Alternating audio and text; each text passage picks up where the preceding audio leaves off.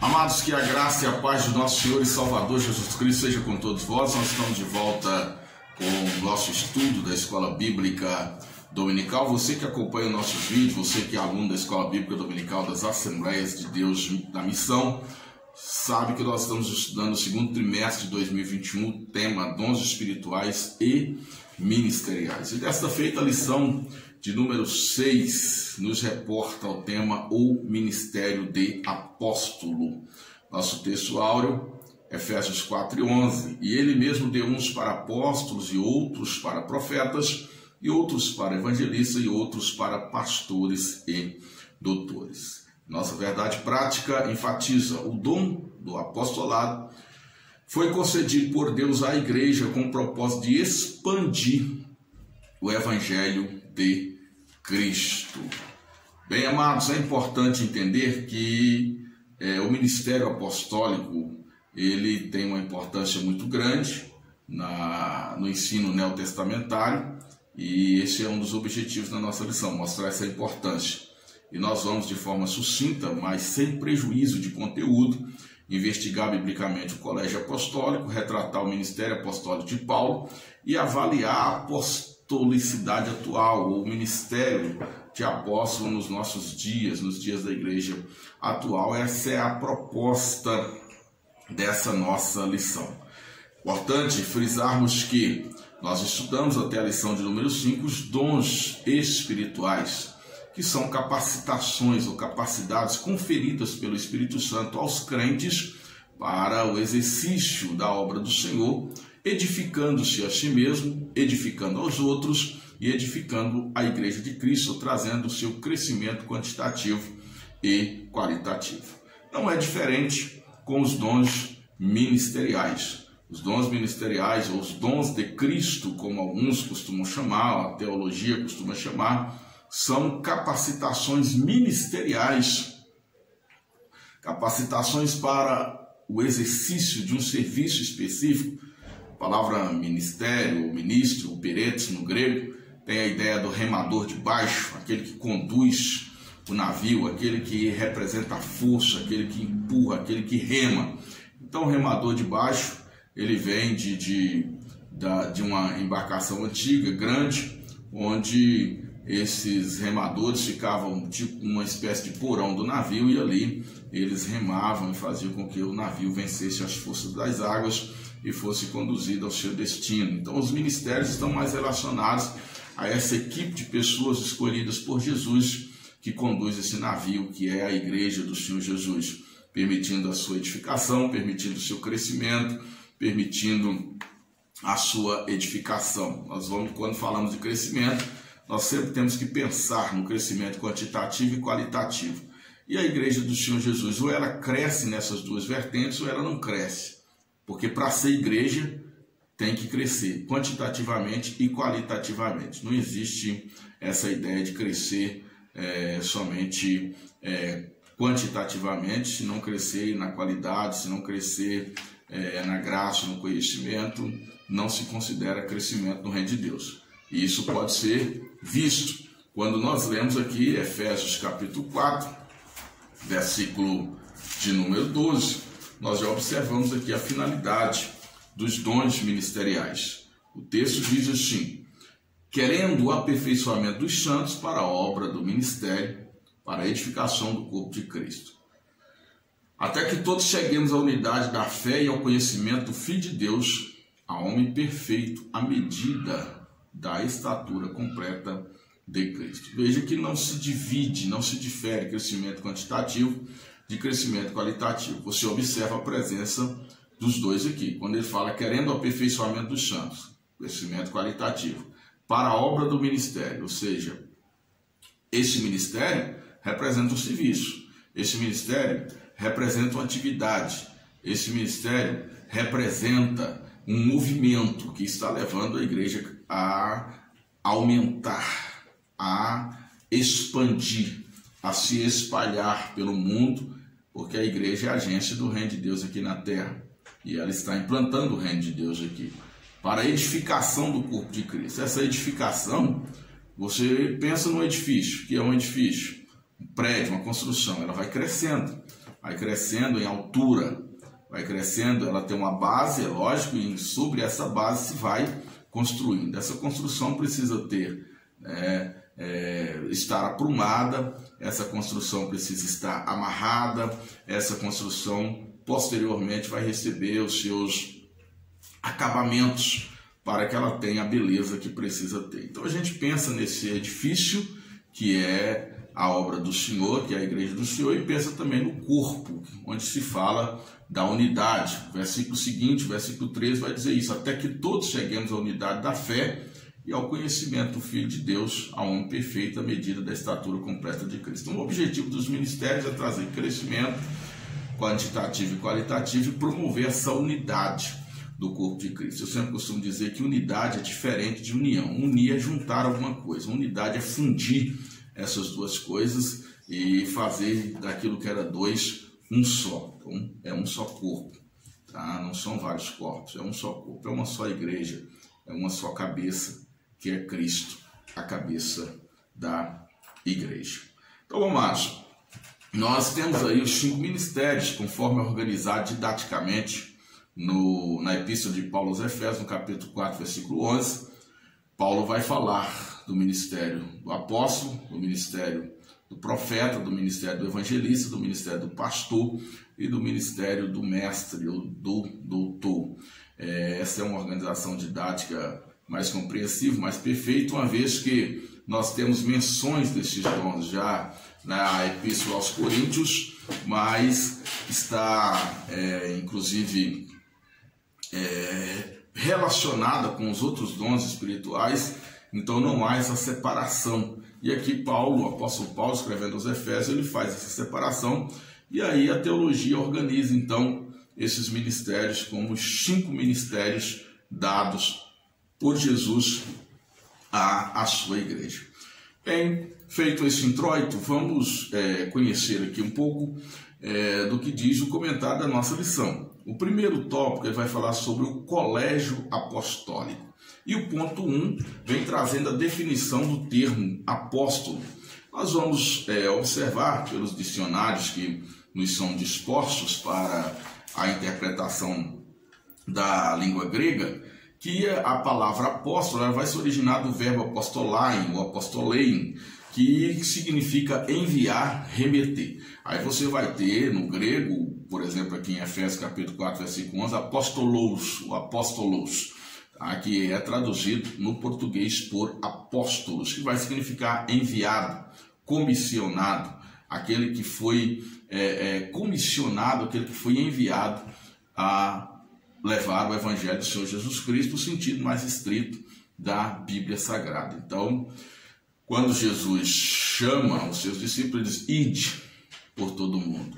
E uma certa feita ele diz: eu vos enviarei como ovelhas no meio de lobo. Então, aquele que é enviado, aquele que é comissionado, ele é o apóstolo, ele é um mensageiro, ele é uma pessoa autorizada por alguém, nesse caso aqui autorizada por Jesus Cristo, a levar a sua palavra, a levar a sua mensagem, a levar o evangelho e levar em nome de Jesus, levar a mensagem de Jesus, levar o evangelho de Jesus, tendo aí autoridade, tendo poder, tendo graça, tendo conhecimento para fazer a obra do Senhor. Nós observamos que Jesus Cristo, ele é o primeiro exemplo de apóstolo. Ele é o apóstolo celestial, porque ele é o enviado de Deus para salvar-nos de nossos pecados. Deus deu seu Filho unigênito para nos salvar, e para dar ele precisou enviar Jesus. Jesus encarnou-se no ventre de Maria e nasceu como homem e tomou então essa forma humana para nos comunicar o Evangelho, para nos comunicar a graça de Deus. Eu sempre digo a algumas pessoas com quem tratamos da palavra de Deus, do ensino teológico, alguns que fazem curso conosco, que estudam conosco, para entendermos o que diz, o que está escrito em Isaías, no capítulo 8, ou no capítulo 6, melhor dizendo, no versículo de número 8, quando a palavra diz assim: depois disto ouvi a voz do Senhor que dizia: a quem enviarei e quem há de ir por nós? Então disse eu: eis-me aqui, envia-me a mim. Isso é uma palavra muito forte, e quando você olha no primeiro momento, você entende que Isaías é ele que está dando essa resposta, dizendo: envia-me a mim. Mas na verdade ali acontece algo que no céu que está refletindo na terra, e Isaías agora está dando uma resposta que não é dele, mas que é uma resposta dos próprios céus. E esta resposta é a resposta de Jesus, porque era como se estivesse havendo uma reunião ali da Trindade, e agora chegando o momento de executar o plano da salvação, há essa pergunta: a quem enviarei, quem há de ir por nós? Aí o Senhor vai responder: eis-me aqui, envia-me a mim. O Filho dizendo para o Pai: eis-me aqui, envia-me a mim. E aí Isaías repete isso, mas você vai ver que no capítulo 7, no versículo 14, ele já começa a revelar o grande segredo que tinha sido descortinado. O véu tinha sido tirado, e agora no coração de Isaías já é revelado o grande projeto de Deus. Aqui em Isaías 7,14 ele já começa a dizer: portanto, mesmo o Senhor vos dará um sinal. Ele vai mostrar, Isaías já viu, já entendeu. Aí o Senhor vai dar o sinal: eis que a virgem conceberá e dará à luz um filho, e chamará o seu nome Emanuel, que significa o quê? Deus conosco. E Jesus respondeu lá: envia-me a mim, eis-me aqui. Ele já falou: Deus vai estar conosco. Deus está descendo, Deus está vindo para o meio da gente. Aqui em Isaías, no capítulo 52, versículo de número 6, você entende isso, quando ele diz assim: portanto, o meu povo saberá o meu nome, pois naquele dia saberá que sou eu mesmo o que falo, eis-me aqui. Então, ele é o que responde, é ele mesmo, não é Isaías, é ele que responde. E o próprio Isaías está agora revelando isso aqui no capítulo 52, no versículo de número 6. Então, Jesus é o maior exemplo de apóstolo, ele é o apóstolo por excelência, o enviado de Deus para nos salvar. Ponto 2, ele fala do colégio apostólico. O que seria o colégio apostólico? Nós vemos que Jesus, ele já tinha chamado alguns discípulos para si, e ele já tinha chamado. E agora ele passa uma noite em oração, porque ele precisa escolher. Então, ele chamou, e agora ele precisa o quê? Escolher. Então, chamado, todos são chamados para a salvação, mas escolhido para o ministério não são todos. Então, os dons ministeriais, eles não são para todos, eles são para alguns. A gente precisa entender isso. E Jesus, então, depois de orar uma noite inteira, ele vai escolher 12 dos seus discípulos para serem apóstolos, porque Jesus não tinha só 12 discípulos, Jesus tinha muitos discípulos. Você vai entender que quando Jesus é assunto ao céu e manda os discípulos ficarem em Jerusalém, nós temos ali quase 120 discípulos reunidos esperando a promessa do batismo no Espírito Santo. Desses quase 120, nós temos 12 que foram escolhidos como apóstolo. Um já não estava mais lá, será escolhido posteriormente o Matias, porque Judas ele entrou pelo caminho da perdição e já não estava ali. Mas você observa que dentre muitos discípulos, Jesus escolhe 12 discípulos. E esses discípulos, esses 12 que Jesus escolhe, eles são considerados colégio apostólico de Jesus. O que seria esse colégio apostólico? É esse grupo de homens, esse grupo de 12 homens que Jesus escolheu para pessoalmente treiná-los e comissioná-los para a implantação da igreja. Veja que Jesus ele fundou a igreja, e fundar não significa executar. Nós temos na fase de um edifício, ou seja, nós temos na construção de um edifício várias fases. Nós temos a fase do projeto. Essa fase do projeto muitas vezes ela está na mente daquela pessoa que quer investir, que quer construir, que quer fazer aquilo ali. Essa pessoa que tem na mente, ela comunica isso a um arquiteto. Esse arquiteto risca, planeja, faz uma planta. Tá? Aí vem a fase do engenheiro que calcula esse projeto e vê como que esse projeto pode ser executado. Depois de calcular e que tudo está na planta, no projeto, tudo está, a tabela de cálculos está ali relacionada com a medida da ferragem, com a quantidade de cimento, com o tipo de material que vai usar, com a bitola do tijolo, com tudo que tem ali. Eu não sou construtor, mas quem é construtor entende o que eu estou falando. Aí se passa então esse projeto a um mestre de obra, a um pedreiro que vai executar essa obra, que vai construir. Então, eu diria que a fase do colégio apostólico é essa fase desses construtores que colocam ali a fundação, o fundamento, e aí muitas pessoas agora vão construir sobre esse fundamento. O fundamento é Cristo, conforme Paulo explica aqui em 1 Coríntios, vamos ler? Tá? Paulo explica aqui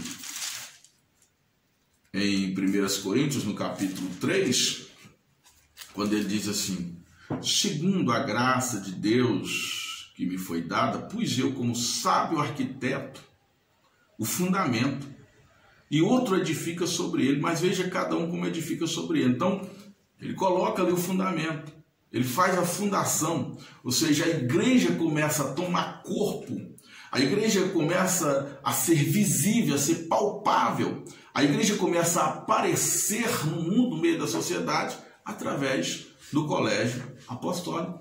Ele expõe o fundamento da igreja. Quem é o fundamento? O fundamento é Cristo, versículo 11, porque ninguém pode pôr outro fundamento, além do que já está posto, o qual é Jesus Cristo. O fundamento não pode ser mudado. E a edificação também precisa seguir um padrão, precisa seguir as regras dos cálculos da arquitetura e da engenharia. Então não pode mudar. Exatamente por isso que existe o ministério, para o aperfeiçoamento dos santos, para a obra do ministério, para a edificação do corpo de Cristo, para que cheguemos à unidade, que é o projeto de Deus para a sua igreja. Então o colégio apostólico, ele se refere a estes 12 primeiros comissionados por Deus para a edificação da sua igreja. Eles foram habilitados a exercer o ministério quando do estabelecimento da igreja do Senhor Jesus. Todos foram batizados no Espírito Santo e a partir daí começaram a executar a obra do ministério. Ponto 3 fala sobre a singularidade dos 12. E aí nós temos aqui 3 observações com respeito a essa singularidade. O que é singularidade? Esse colégio é único. Só existe esse colégio apostólico, não existe outro colégio apostólico. Esse é o colégio apostólico de Jesus, escolhido, comissionado para a implantação da igreja do Senhor. Quais são as características desse colégio? Eles foram convocados pessoalmente pelo Senhor. Então, em meio às multidões, pessoalmente, nominalmente, Jesus chama essas pessoas. Ele os chamou pelo nome. E aqui no Evangelho de Jesus Cristo, escrito por João, no capítulo de número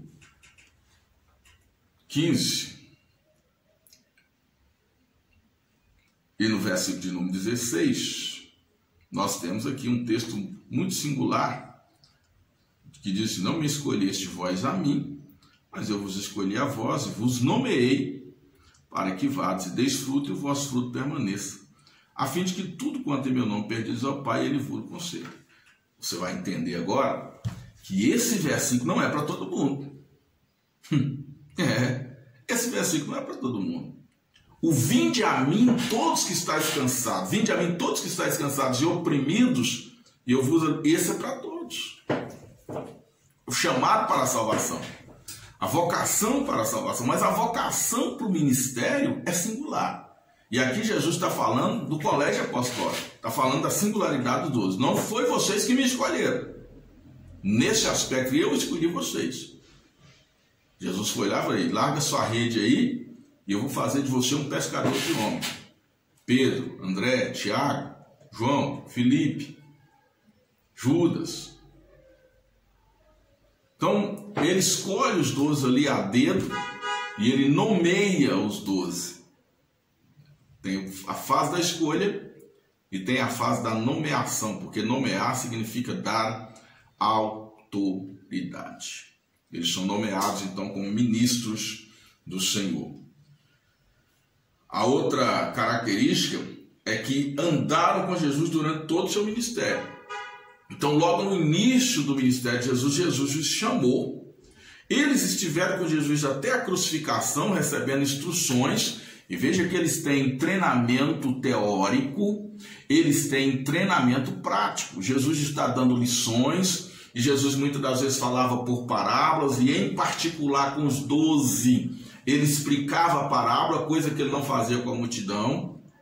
Ele faz com os 12, porque ele está treinando os 12 para uma obra especial.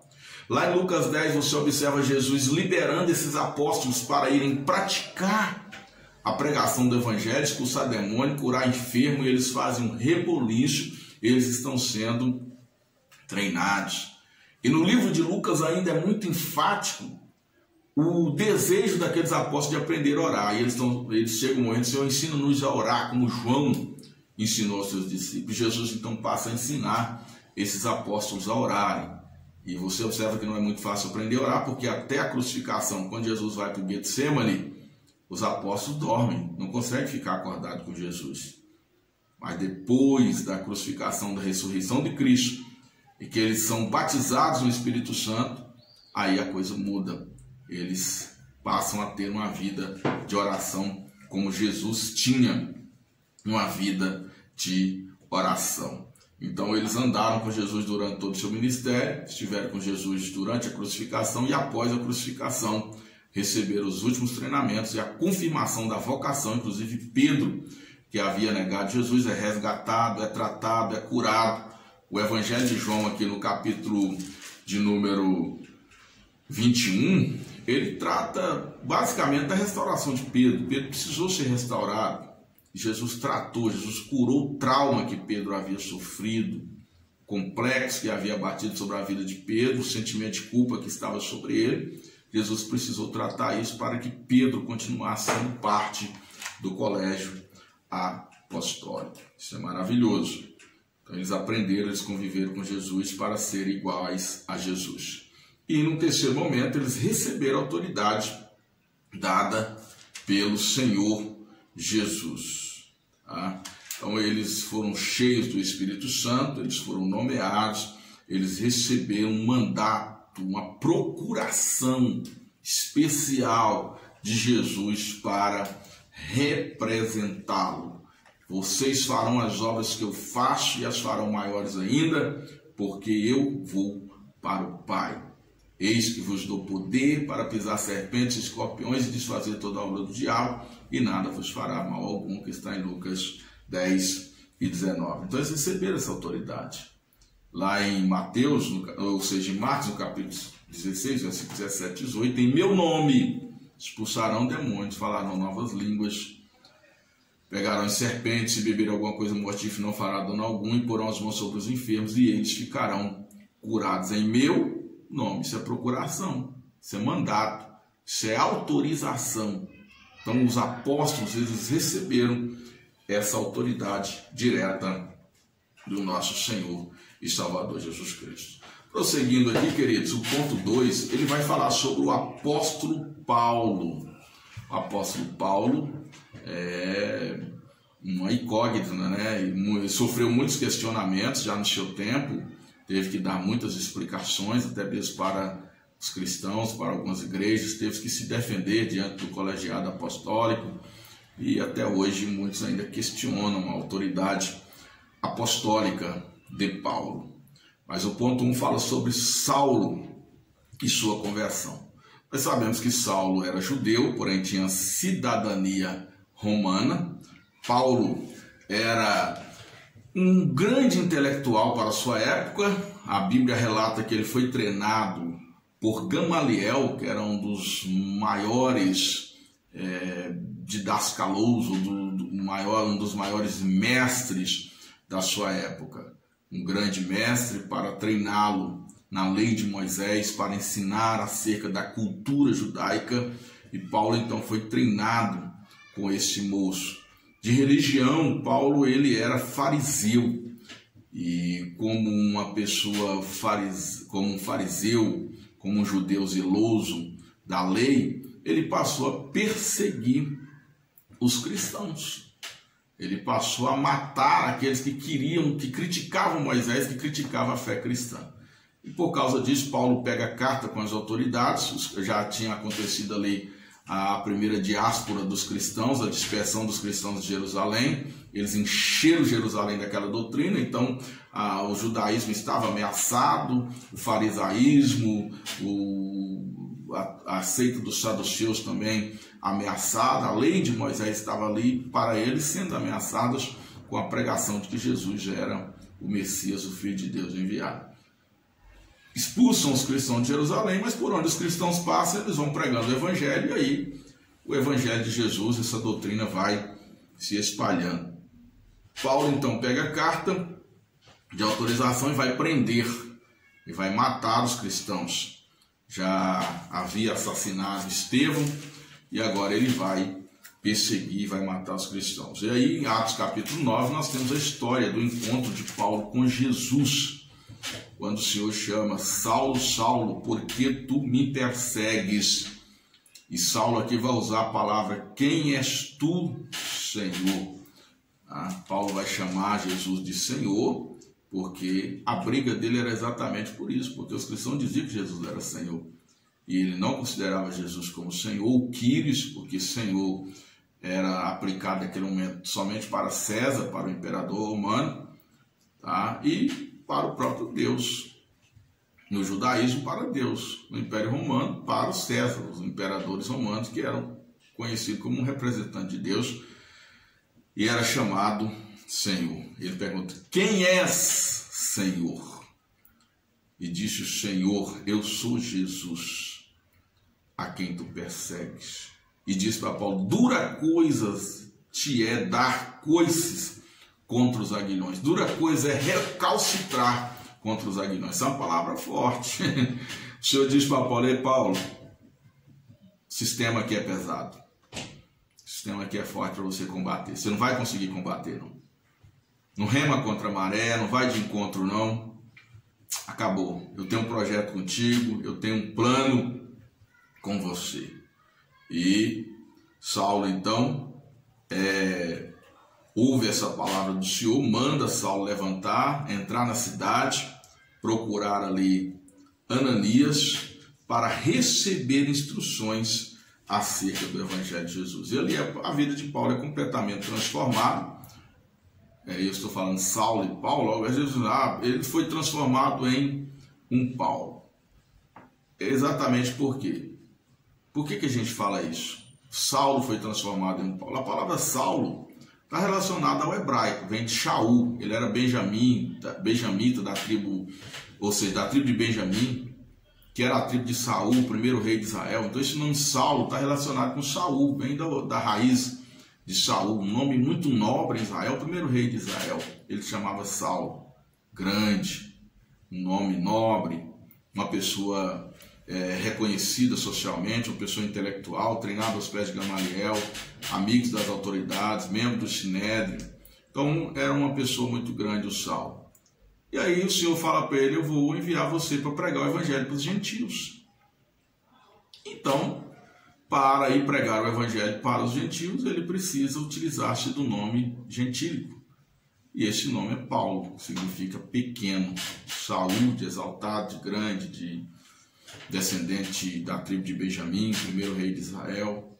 Ele passa a chamar Paulo, que significa pequeno. Ele agora vai para o meio dos gentios, então ele tem um nome gentílico, ele se associa à cultura gentia para também ter aceitação no meio dos gentios. Lembrando com isso que o evangelho ele é acultural, nós não pregamos cultura, nós pregamos o evangelho de Jesus Cristo. Aquilo que o evangelho precisa transformar a cultura, ele transforma pelo poder de Deus e não pela imposição. Então, queridos, nós temos aí a conversão de Paulo, né? esse que antes era Saulo, o seu nome hebraico, um fariseu, ele passa a ser chamado de Paulo, como apóstolo dos gentios. No ponto 2, que era um homem preparado para servir. Então, o que é o preparo? Ele é muito necessário. Eu disse aqui que os apóstolos passaram 3 anos com Jesus em treinamento teórico, treinamento prático, treinamento espiritual. Eles precisavam de capacitação emocional, eles precisavam de capacitação física, eles precisavam de capacitação intelectual. Então eles estiveram na companhia de Jesus todo esse tempo recebendo essas capacitações. Paulo não era diferente. Paulo era um doutor da lei, treinado, um profundo conhecedor da lei de Moisés. Quando os seus olhos se abrem para compreender que Jesus é o Messias, virou um fenômeno. E aí, de 27 livros do Novo Testamento, nós temos 13 epístolas paulinas. E eu, particularmente, tenho quase total convicção de que Hebreus teria sido escrito por Paulo. A gente só não tem a assinatura dele, talvez tenha se perdido. Mas, e aqueles, o pessoal da crítica linguística acha algumas divergências dos escritos de Paulo. Mas a gente vê que Paulo nem sempre escrevia diretamente, ele tinha pessoas que escreviam para ele. Então, isso eu creio que pode ser dispensado, tá? Mas nós vamos ver aqui na saudação desse texto, da forma como o escritor se apresenta aqui, que é muito parecida com a forma de Paulo. Então, se a Epístola aos Hebreus, se nós pudéssemos afirmar que ela fora escrita pelo apóstolo Paulo, não seria 13 epístolas, seria 14. Tá? E nós vemos aí o legado que Paulo deixou para o cristianismo, o seu legado teológico. E a influência de Paulo na formação de Timóteo, a influência de Paulo sobre Tito, e a influência de Paulo sobre o próprio Lucas. O evangelho de Lucas, Lucas teria se convertido no ministério do apóstolo Paulo. Então, Paulo era um homem muito preparado, agora preparado para servir. E eu quero abrir um parênteses aqui para falar exatamente disso, porque nós dissemos aqui que essa lição estaria dividida em dons espirituais e dons ministeriais. E aí, dentro dos dons ministeriais, vamos incluir aqui o presbítero, o diácono. Eu dividiria essa lição em 3 partes, porque nós temos aqui dons espirituais, dons ministeriais e nós temos funções eclesiásticas, porque eu não considero essas funções eclesiásticas, presbitério, diaconato, como dons ministeriais. Eles não estão relacionados com os dons ministeriais. Eles surgem essas funções surgem da necessidade material da igreja. E o atestado de capacidade para ser presbítero, para ser diácono, é dado pela própria igreja, pelos próprios homens. Agora, o atestado para ser apóstolo, profeta, evangelista, pastor e mestre não vem de homens, vem de Deus. Certo? Tem muita gente que tem carteira de pastor que nunca vai ser um pastor, porque não recebeu o dom ministerial para ser pastor. Tem gente que tem carteira de evangelista que nunca ganhou uma alma para Jesus, não sabe o que é evangelizar. Pode ser um bom mestre, pode ser um grande profeta, mas talvez não seja evangelista. Mas, devido a essa mudança que a igreja, e aí falando de igreja como organização, operou nessa concepção dos ministérios, criando essa hierarquia ministerial, e aí houve essa confusão. Porque ministério, não existe uma hierarquia ministerial, existem dons ministeriais, e todos eles igualmente necessários à edificação da igreja. A igreja precisa paralelamente de apóstolo, de evangelista, de profeta, de pastor e de mestre. Esses 5 ministérios precisam estar presentes, às vezes, na mesma congregação, para a edificação do corpo de Cristo. Se não tiver os 5 ministérios, agora, uma pessoa pode acumular vários ministérios? Pode, sim. Como uma pessoa pode acumular vários dons espirituais? Pode. Deus pode usar uma pessoa com todos esses 5 ministérios. ou ele pode usar só com um ou só com dois, mas nunca será uma hierarquia e serão necessários sempre à igreja do Senhor. Então, queridos, fecho parênteses e volto aqui. Paulo era um homem preparado e por isso Deus vai usá-lo de uma maneira poderosa. Ele tinha uma preparação intelectual, ele tinha uma preparação física e agora ele passa a ter uma preparação espiritual quando ele tem um encontro com Jesus e depois de se encontrar com Ananias, a Bíblia diz que Ananias ora por ele e ele é batizado no Espírito Santo e ele recebe os dons do Espírito Santo e esse dom ministerial apostólico para levar o Evangelho do Senhor Jesus. No ponto 3 ele diz que ele é o menor dos apóstolos. Paulo ele não fazia parte do colégio apostólico. O colégio apostólico, como eu disse, ele é único, ele é singular. Ele somente tinha aqueles 12 apóstolos. E eles se consideram abortivo, esse termo aqui que Paulo vai usar, não parece ser um termo muito propício, mas ele quer dizer que ele é nascido fora do tempo, ou seja, ele não nasceu, ele não foi vocacionado, chamado junto com os outros, mas posteriormente ele foi vocacionado e ele se tornou um apóstolo de nosso Senhor e Salvador Jesus Cristo. Jesus se revelou a ele, se mostrou a ele e Jesus capacitou a Paulo para essa obra. Quando nós lemos a epístola de Paulo aos Gálatas, nós vamos entender como que foi a vocação de Paulo e o preparo de Paulo para o ministério. Aqui no capítulo 1, Paulo vai contar toda a sua história de como ele era zeloso pela lei. E aí ele vai falar que ele teria sido chamado desde o ventre da sua mãe. Mas quando ele foi a Ananias e foi instruído por Ananias, depois ele não quis ir logo para Jerusalém para, digamos assim, requerer a sua entrada no colégio apostólico, querer ser apóstolo e fazer parte dos irmãos, mas ele foi para a Arábia e ali na Arábia ele ficou cerca de uns 3 anos, eu creio que escondido, veja que os apóstolos ficaram 3 anos com Jesus e Paulo ficou isolado uns 3 anos, buscando, eu creio que ele estava estudando os evangelhos, estudando a vida de Jesus, estudando a Torá, a lei, estudando os profetas, para entender e reconhecer Jesus como Messias e formatar as características do seu evangelho e da sua pregação. E ali Paulo adquire toda a convicção. Veja que ele usa os salmos, ele usa os profetas, ele consegue usar nas suas epístolas todos os textos do Antigo Testamento,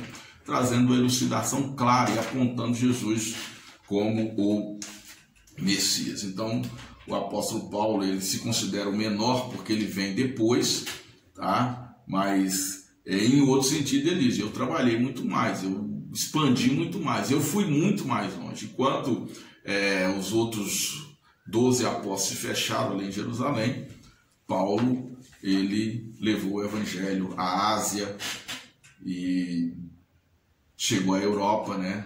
A Roma. O seu desejo era chegar até a Espanha, não temos capacidade de saber se ele conseguiu chegar até a Espanha, mas Paulo fez um projeto de expansão, pelo menos para todos os continentes possíveis da sua época. Tá? O terceiro tópico da nossa lição vai trazer aí o pensamento sobre a apostolicidade atual. Ainda há apóstolo? E aí a primeira resposta aqui, no primeiro ponto, é que no sentido do colégio apostólico, no sentido dos 12 apóstolos de Jesus, não existem mais. Aquele colégio é um colégio fechado, era só para os 12. Judas morreu, suicidou, elegeram Matias para o lugar de Judas. Então fechou-se aquele colégio apostólico. Então, no sentido do colégio apostólico, não existe mais apóstolos. Pessoas que estiveram nas exigências ali para que fosse apóstolo, está aqui em Atos dos Apóstolos. Nós vamos ler aqui no capítulo 1, quando escolhe o substituto de Judas. Quais são as exigências que eles colocam aqui? É necessário, versículo 21, 1 e 21, é necessário, pois, que dos homens que conviveram conosco todo o tempo em que o Senhor Jesus entrou e saiu dentre nós, começando desde o batismo de João até o dia em que de entre nós foi recebido em cima, um deles se faça conosco testemunho da sua ressurreição. Então, esse primeiro colégio apostólico, qual era a base do testemunho dele? Jesus ressuscitou.